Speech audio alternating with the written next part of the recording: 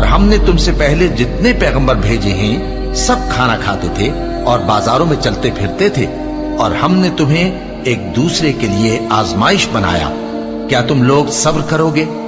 اور تمہارا پروردگار تو دیکھنے والا ہے۔ اور جو لوگ ہم سے ملنے کی امید نہیں رکھتے کہتے ہیں کہ ہم پر فرشتے کیوں نہ نازل کیے گئے، یا ہم آنکھ سے اپنے پروردگار کو دیکھ لیں۔ یہ اپنے خیال میں بڑائی رکھتے ہیں اور اسی بنا پر بڑے سرکش ہو رہے ہیں۔ جس دن یہ فرشتوں کو دیکھیں گے اس دن گناہگاروں کے لیے کوئی خوشی کی بات نہیں ہوگی، اور کہیں گے کہیں کوئی رکاوٹ کھڑی کر دی جائے۔